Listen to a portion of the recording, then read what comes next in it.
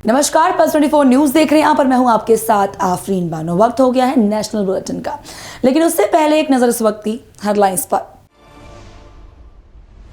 दिल्ली हरियाणा में बीजेपी के राष्ट्रीय अध्यक्ष जेपी नड्डा ने किया शुभारंभ। बीजेपी के कई कार्यालयों का किया उद्घाटन। नड्डा ने कहा 21 राज्यों में बीजेपी की सरकार और सबसे ज्यादा सांसद। दिल्ली में कंट्रोलर्स कॉन्फ्रेंस को राजनाथ सिंह ने किया संबोधित। कहा रक्षा क्षेत्र में आए परिवर्तन पहले कभी नहीं थे। कहा हम सभी को शांति के समय रक्षा क्षेत्र को मजबूत करने पर करनी चाहिए चर्चा।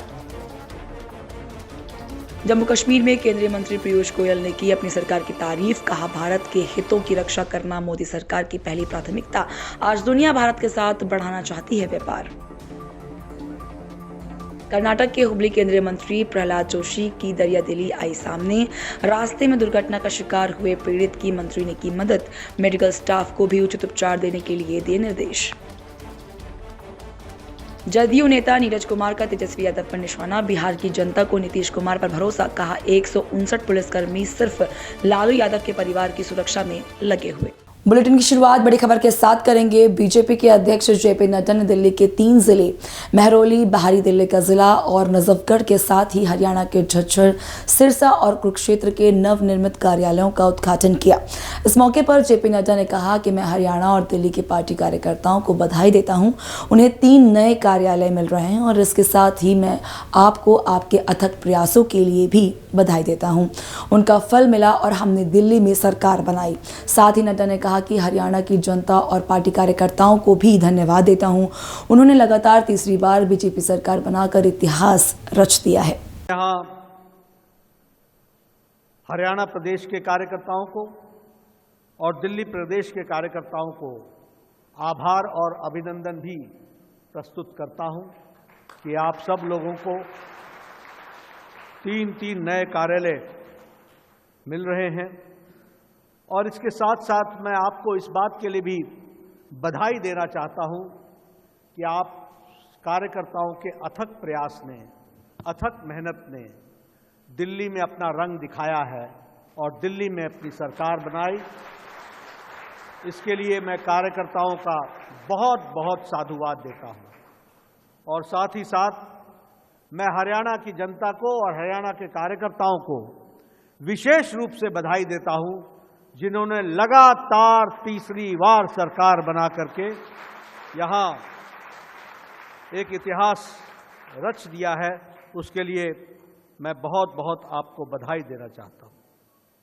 मित्रों, अभी अभी 9 जून को प्रधानमंत्री मोदी जी के नेतृत्व में केंद्र सरकार ने अपने 11 साल पूरे किए।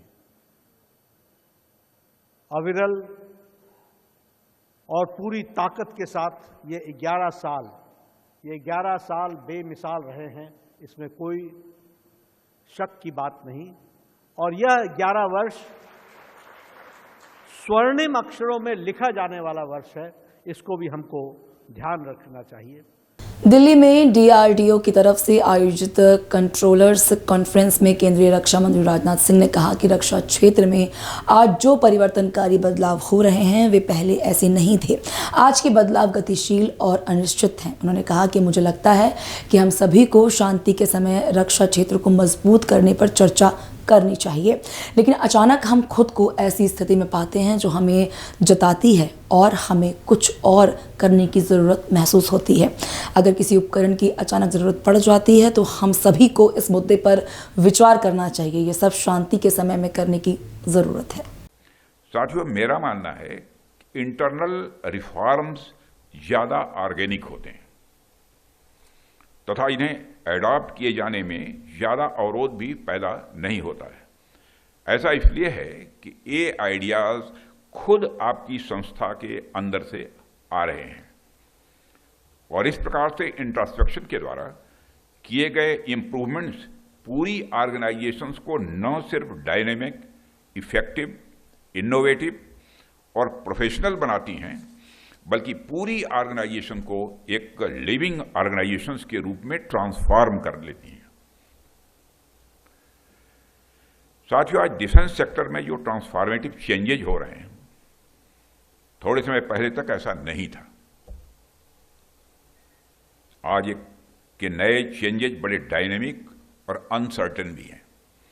वैसे तो पीस टाइम का एक भ्रम के सिवा और कुछ नहीं है, लेकिन फिर भी पीस टाइम की अगर बात की जाए तो कई बार मैं सोचता हूं कि पीस टाइम में तो हम सब डिफेंस सेक्टर को मजबूत करने की ही बात करते हैं, पॉलिसीज बनाते हैं, इम्प्लीमेंट करते हैं, प्रोक्योरमेंट करते हैं, ट्रेनिंग करते हैं और अन्य कई प्रकार की एक्टिविटीज भी हम करते रहते हैं।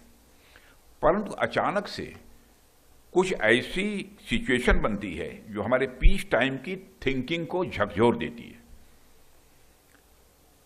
कहीं ना कहीं हमें कुछ और करने की आवश्यकता अचानक दिखाई पड़ने लगती है।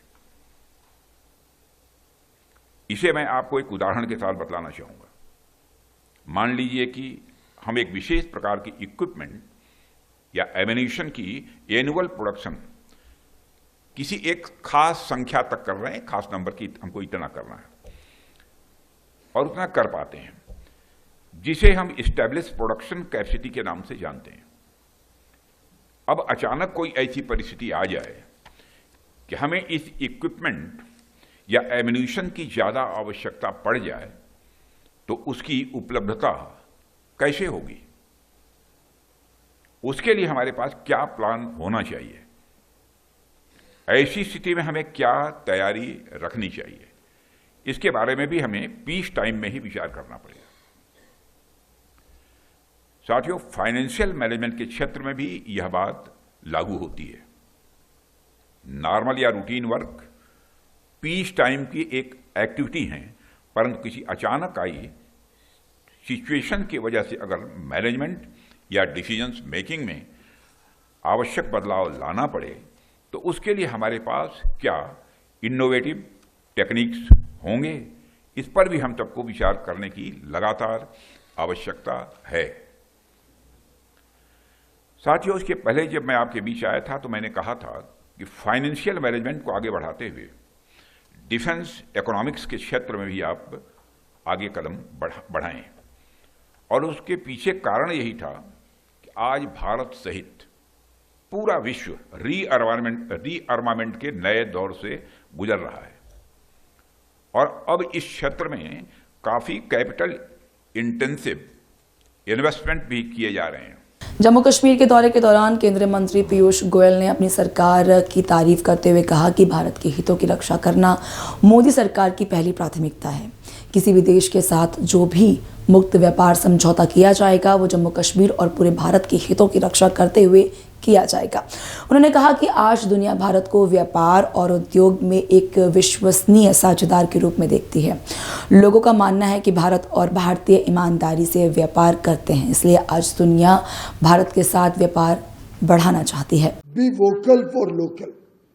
जो भारत में बनी हुई लोकल गुड्स है उसको हमें प्राथमिकता देनी चाहिए।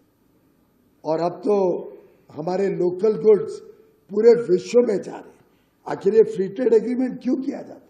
जिससे आपको और मार्केट्स खुले, ड्यूटी फ्री एक्सेस मिले आपके बनाए हुए सामान को दूसरे देशों में, आपके जीआई टैग प्रोडक्ट्स को सम्मान मिले दूसरे देशों में। कोई अगर और कोई बाधाएं हैं जिससे आप विदेश की मार्केट्स को नहीं कैप्चर कर पा रहे, लाभ नहीं ले पा रहे, वो आपके लिए खुले, उसके लिए फ्री ट्रेड एग्रीमेंट किया जाता। पर स्वाभाविक है, फ्री ट्रेड एग्रीमेंट में दो तरफा ट्रेड होता है। ऐसा नहीं बोल सकते कि भाई आप तो अपनी मार्केट खोल दो पर आपका कुछ भी सामान भारत में नहीं लेंगे। इतना तो आप लोग मानेंगे ना? ताली तो दो हाथ से बजती है, दो तरफा ट्रेड होता है। पर उसमें भारत के हितों को संरक्षित रखना ये हमारी प्राथमिकता रहती है। अभी शर्मा जी ने उसका जिक्र भी किया। मैं आप सबको विश्वास दिलाता हूं, नेशनल इंटरेस्ट, भारत के हितों को संरक्षण करना ये मोदी सरकार का पहला ध्येय रहता है, ये हमारी प्राथमिकता रहती है। और आप सबको कोई चिंता करने की बात नहीं है। जो भी फ्री ट्रेड एग्रीमेंट किसी भी देश के साथ होगा उसमें कश्मीर की, जम्मू कश्मीर की और पूरे भारत के हर एक प्रांत की हर एक हिस्से की पूरा संरक्षण करते हुए फ्री ट्रेड एग्रीमेंट किए जाएंगे। हम वोकल फॉर लोकल के साथ साथ लोकल गोज ग्लोबल इस पे भी बल देंगे। हम मेक इन इंडिया के साथ साथ मेक फॉर द वर्ल्ड को प्रमोट करना चाहते हैं। हम डिजाइन इन इंडिया के साथ साथ डिजाइन फॉर द वर्ल्ड को यहां से प्रमोट करना चाहते हैं। हम इनोवेट इन इंडिया के साथ साथ इनोवेट फॉर द वर्ल्ड उसको भी प्रोत्साहन करना चाहते हैं। हम रिसर्च इन इंडिया के साथ साथ research for the world Bharat से हो उसको भी बल देना चाहते हैं। एक प्रकार से अब भारत पूरी दुनिया को व्यापार और उद्योग के जगत में एक ट्रस्टेड पार्टनर, विश्वसनीय साझेदार के रूप में आज लोग भारत की तरफ देखते हैं। लोगों को विश्वास है कि भारत और भारतवासी ईमानदार व्यापार करते हैं, ईमानदार व्यवस्थाओं के साथ जुड़ते हैं, गलत काम नहीं करते। इसलिए पूरी दुनिया आज भारत के साथ व्यापार बढ़ाना चाहती है। दुनिया के सब विकसित देश आज भारत के साथ करार करके अपना दो तरफा व्यापार बढ़ाने के लिए उत्सुक है, तत्पर है। और ये मौका हमें खोना नहीं चाहिए। ये हम सबके लिए मौका है। नई बाजार में नए उत्पादन, नए वस्तु लेके जाने के लिए हमारे में से नए निर्यातक उभरेंगे। New market, new product, new exporter, ये हमारी एक विशेष ध्यान रखने वाला हमारे मंत्रालय का और मोदी जी की सरकार का हमारा काम का परिचय रहेगा। नए मार्केट्स को कैसे कैप्चर करें, नए एक्सपोर्टर्स को कैसे प्रोत्साहन दें, नए प्रोडक्ट्स को। दिल्ली में केंद्रीय मंत्री रामदास अठावले ने कहा कि पाकिस्तानी सेना और सरकार ने पहलगाम हमले की योजना बनाई और अनुच्छेद 370 के हटने के बाद कश्मीर में शांति भंग की। पीएम मोदी ने ब्रिक्स में ये मुद्दा उठाया और वहां सभी देशों ने एक स्वर में इसकी निंदा की। कि जिस तरह पहलगाम में पाकिस्तान ने मतलब पाकिस्तान सरकार, पाकिस्तान की आर्मी, इन लोगों ने प्लान करके आतंकवादियों को ट्रेनिंग दिया और कश्मीर में जो शांतता फैली हुई थी, कश्मीर में 370 आर्टिकल हटाने के बाद वहाँ टूरिस्ट की संख्या कम से कम 2.5 करोड़ से ज़्यादा लोग वहाँ गए थे और रोज़ असंख्य टूरिस्ट वहाँ जा रहे थे। तो पाकिस्तान ने सोचा कि भाई वहाँ जो शांति है तो उसको ख़त्म करने के लिए और जो टूरिस्ट वहाँ आ रहे उनको न आए, इसीलिए दहशत निर्माण करने के लिए उन्होंने पहलगाम में टूरिस्ट पर हमला किया था। उसमें 26 हमारे इनोसेंट लोग जो थे उसकी हत्या की थी। तो जिस तरह ब्रिक्स में माननीय प्रधानमंत्री जी ने पहलगाम का मुद्दा उठाया और इसी तरह का आतंकवाद मानवता के लिए ठीक नहीं है, शांति भंग करने की भूमिका हमेशा पाकिस्तान की रहती है। और ब्रिक्स में आए हुए जो अनेक देश के जो नेता थे, प्रधानमंत्री थे, अध्यक्ष थे, उन्होंने मतलब पहलगाम की निंदा की है। तो इसी तरह का आतंकवाद दुनिया में कहीं भी नहीं होना चाहिए, ये भूमिका माननीय प्रधानमंत्री जी ने बताई है और उसका सपोर्ट वहाँ आने वाले सभी देशों ने प्रधानमंत्री जी के मुद्दे को मतलब सपोर्ट किया है और पहलगाम की निंदा सभी देशों ने की है। ये बहुत अच्छी बात। कर्नाटक के हुबली केंद्रीय मंत्री प्रहलाद जोशी की दरियादिली सामने आई है, जहां उन्होंने हवाई अड्डे के रास्ते पर दुर्घटना का शिकार हुए पीड़ित की मदद की, जिसके बाद पीड़ित के इलाज के लिए मेडिकल स्टाफ को उचित उपचार देने के आदेश दिए हैं। जहां मौके पर लोगों ने मंत्री के समय की सराहना की और उनके काम की प्रशंसा की। बिहार विधानसभा चुनाव को लेकर उत्तर प्रदेश में भी बयानबाजी का दौर जारी है। इसी क्रम में कांग्रेस नेता प्रमोद तिवारी ने कहा कि चिराग पासवान केंद्रीय मंत्री हैं और उन्होंने जो कहा वो एनडीए के लिए अच्छा संकेत नहीं है। एक तरफ वे कह रहे हैं कि एनडीए बिहार विधानसभा चुनाव साथ मिलकर लड़ेगी, तो वहीं दूसरी तरफ वो कह रहे हैं कि सभी 243 सीटों पर चुनाव लड़ेंगे। मुझे लगता है कि सीएम नीतीश कुमार के नेतृत्व में इस बार बिहार से बीजेपी का सफाया हो जाएगा और कई मौसम वैज्ञानिक एनडीए का साथ छोड़ देंगे। का मतलब ये है कि ईमानदारी के साथ 19 से 52 के बाद से कई बार रिवीजन हुए, पर जिस तरीके से रिवीजन के नाम पर गरीबों के, पिछड़ों के, दलितों के नाम बनाए रखने के लिए जो प्रारूप, जो डॉक्यूमेंट्स मांगे जा रहे हैं, इसके पहले नहीं मांगे गए। भारतीय जनता पार्टी के इशारे पर अगर इलेक्शन कमीशन चाहता है कि परंपरागत वोटर जो हैं, जो देते रहे हैं, उनके नाम काटे जाएं, तो संवैधानिक रूप से सुप्रीम कोर्ट में भी चुनौती दी गई है और जनता की अदालत में भी हम चुनौती देंगे इस साजिश को भारतीय जनता पार्टी के कि अनुसूचित जात, पिछड़े वर्ग, अल्पसंख्यक या जो गरीब, उनके परंपरागत विरोधी, उनके नाम काटे जाएं, तो उसका हम विरोध करते हैं और ये जो नई व्यवस्था है ये हमें स्वीकार्य नहीं। सर, चुनाव से पहले एनडीए से क्या उनकी कोई दूरी है या इस पे भी कोई पॉलिटिकल स्ट्रैटेजी नजर आती है एलजेपी की? देखिए, चिराग पासवान ने जो कहा है उसका जवाब तो सिर्फ चिराग पासवान दे सकते हैं कि वो क्या चाहते हैं। तो ये बहुत शुभ लक्षण नहीं है एनडीए के लिए। उनकी सरकार में वो मंत्री हैं और मंत्री कह रहे हैं, एक तरफ सब कह रहे हैं कि हम मिलजुल कर लड़ेंगे, वो कह रहे हैं हम 243 पूरे 243 हम पूरे के पूरे खड़े करेंगे।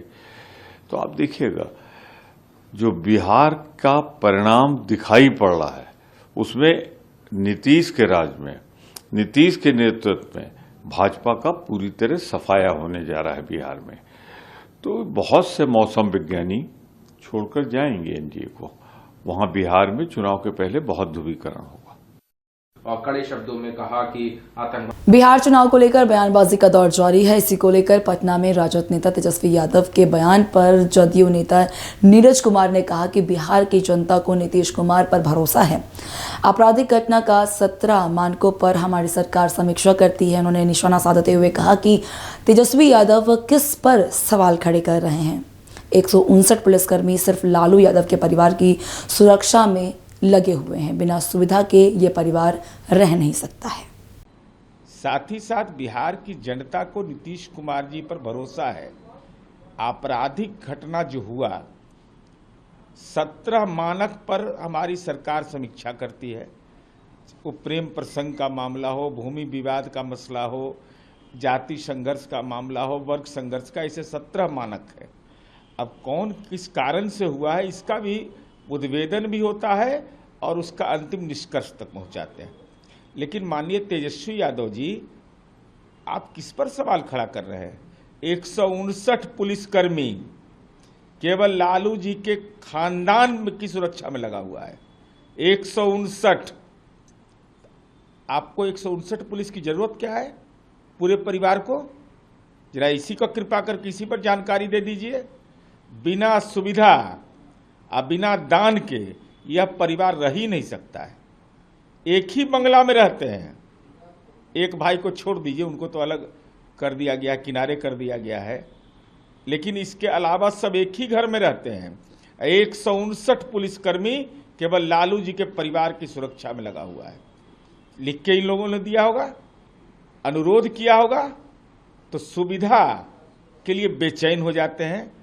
प्रशासन का विहित दायित्व होता है, चाहे कोई राज्य के अंदर नागरिक हो, उसकी सुरक्षा हमारी जिम्मेवारी है।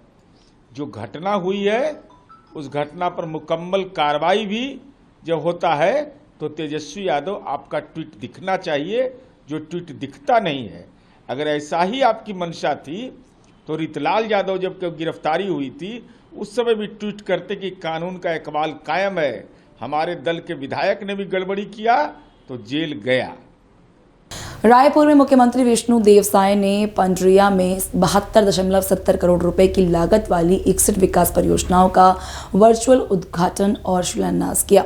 इस मौके पर मुख्यमंत्री विष्णु देवसाय ने कहा कि बीजेपी के नेतृत्व वाली राज्य सरकार ने 1.5 साल पूरे कर लिए हैं और सरकार ने पीएम मोदी की विभिन्न गारंटियों को पूरा किया है। छत्तीसगढ़ महातारी की, छत्तीसगढ़ महातारी की, मां महामाया की, भगवान भोरम देव की, भगवान भोरम देव की।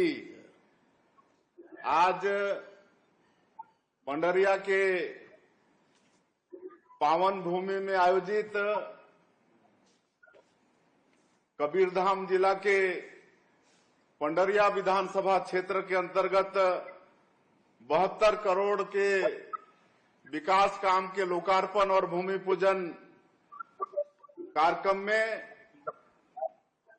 रायपुर से वर्चुअली जुड़े हमारे प्रदेश के पूर्व मुख्यमंत्री और विधानसभा के सम्मानीय अध्यक्ष आदरणीय डॉक्टर रमन सिंह जी, जेमन 15 साल तक छत्तीसगढ़ के मुख्यमंत्री के रूप में चहुमुखी विकास करीन और छत्तीसगढ़ से भूख लाभी भगाइन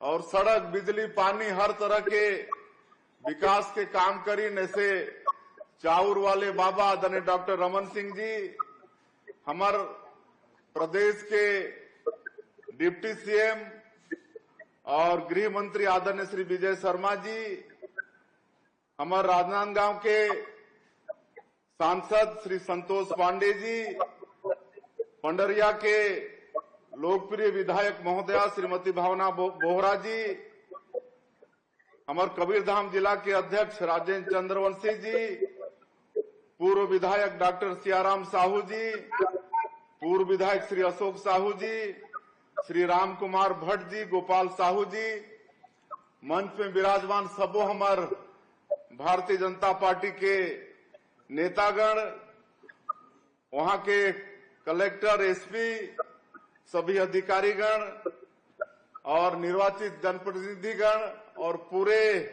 पंडरिया विधानसभा क्षेत्र से आए हजारों के संख्या में सभी हमारे देवतुल्य कार्यकर्ता भाई बहनी मन, सज्जन वृंद, मातृशक्ति हमार भाई बहनी मन, युवा साथी मन और हमार मीडिया के साथी भाई मन, मैं सबकर ले पहले आप मन से क्षमा चाहत हूं। हमन तीनों यहाँ रायपुर में 10 बजे से पंडरिया जाए बर तैयार हन। आदरणीय डॉक्टर साहब, आदरणीय विजय शर्मा जी, तीनों 10 बजे से ही पंडरिया जाए के लिए तैयार हमन बैठे हन। लेकिन आज हमार दुर्भाग्य की मौसम साथ नहीं दईस, हेलीकॉप्टर वाला मना कर दीस और इसलिए आज वर्चुअली हमला रायपुर से ही आप मन के दर्शन करना पड़त है, आप मन से जुड़ना पड़त है। एक लिए आप मन से क्षमा प्रार्थी और आप मन के मैं हृदय से स्वागत और अभिनंदन करत हूं। हमार बहनी भावना बोहरा बहुत मेहनत करे रही आज के कार्यक्रम में, बारिश के बाद भी हजारों के संख्या में आज के कार्यक्रम में आईन है। मैं सब से भी मैं आज क्षमा चाहत हूं और डॉक्टर साहब जैसे बताई नहीं कि आज के कार्यक्रम हर उधारी रही से बाद में फिर हमन आबो। आज तो वर्चुअली जुड़े हन रायपुर से, लेकिन फिर एक बार पंडरिया हमन प्रत्यक्ष आप मन के दर्शन लाभ करे बर हमन जरूर आबो। हमर ये तीनों जन के वादा है। और हमार भावना बोहरा जो आप मन के पंडरिया के एक जागरूक विधायक है और जेकर परफॉर्मेंस विधानसभा में बहुत अच्छा रहे, अपन क्षेत्र के प्रदेश के समस्या ला बहुत मजबूती के साथ विधानसभा में उठा थे। क्षेत्र के जो आवश्यकता है ओला मांग के रूप में रखे भी और बहुत समाज सेवी है। अभी डॉक्टर साहब गिनात रहीन की कैसे कैसे समाज सेवा के काम उमन करत हैं और आज 5 बस भी अपन तरफ से जो क्षेत्र के हमार महाविद्यालय के हमार बेटी हैं उमन के आवागमन में सुविधा हो, कॉलेज जाए के हमला सहूलियत हो, एक लिए 5 बस अपन तरफ से देते हैं। एक लिए मैं उमन के बहुत बहुत धन्यवाद करत हूँ। गुजरात के वलसाड़ में अनावल युवक मंडल की ओर से नवीनीकरण शमशान घाट और गैस आधारित भट्टी का वित्त मंत्री कनुभाई देसाई ने लोकार्पण किया।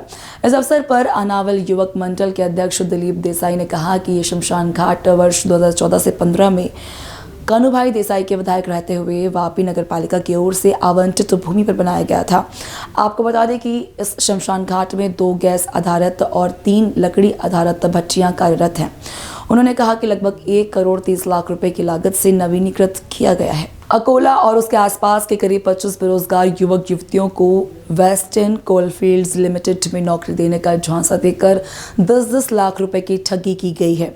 इन नौकरियों के लिए 20-20 लाख रुपए की डील तय की गई थी।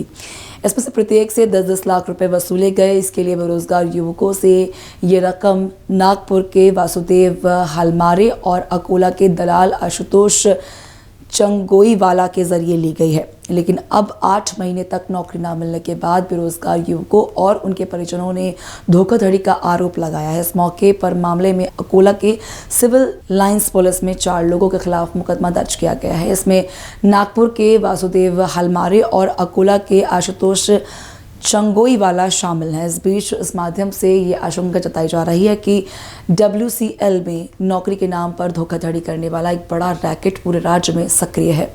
याची बात दोघांनाही मी ओळखत नाही। 5 वर्ष 10 वर्षापासून तर चंगोईवालाही माझ्या कॉन्टॅक्टमध्ये नाही। जर त्यांनी माझ्या नावाची धमकी किंवा माझ्या नावाचा उपयोग केला असेल तर तात्काळ दोघांवर कारवाई केली पाहिजे की ज्यांनी माझं नाव सांगितलं, ज्यांना माझ्या नावाची धमकी दिली, दोघांवर पोलीस कारवाई तात्काळ केली पाहिजे। खऱ्या अर्थाने तुम्ही जे 2 नावं सांगितले, एक नावाला तर मी ओळखतच नाही, कोणी नागपूरचा कोण आहे, आणि चंगोईवालाला मी ओळखतो, परंतु 5-10 वर्षापासून त्याची माझी काही भेट वगैरे नाही। आणि जर त्यांनी माझं नाव घेऊन गैरकायदेशीर काम केले असेल तर तात्काळ त्याच्यावर कारवाई केली पाहिजे।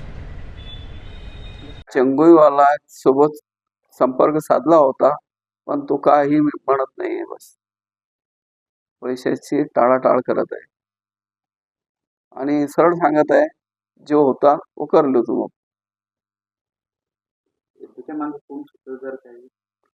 तो बाजोरिया सरची धौस देत होता नेहमी। मेरे नजदीक आमदार बाजोरिया है जी, वो सब संभालते पड़े। सिव्हिल लाईन पोलीस स्टेशनला दिनांक 28/3/25 रोजी FIR नंबर 105/25ला एक फसवणुकीचा गुन्हा दाखल आहे। घटना 18/8/22 ते 8/10/23 दरम्यानची आहे आणि दाखल 28/3/25ला आहे। यामध्ये आरोपी आहे याचे फिर्यादी मयूर स्वप्नील बाचलवार शिक्षण आहे। त्याला आरोपी खुशबू आशुतोष चोईंगवाला आणि गीता आशुतोष अशी आणि तसेच वासुदेव इस्तारी राहणार नागपूर असे 4 आरोपी यांनी फिर्यादीला नागपूर येथील WCL या कंपनीमध्ये लिपिक पदावर लावून देण्याचे प्रतिनिधित्व केले आणि त्यासाठी एकूण 20 लाख रुपये खर्च येईल।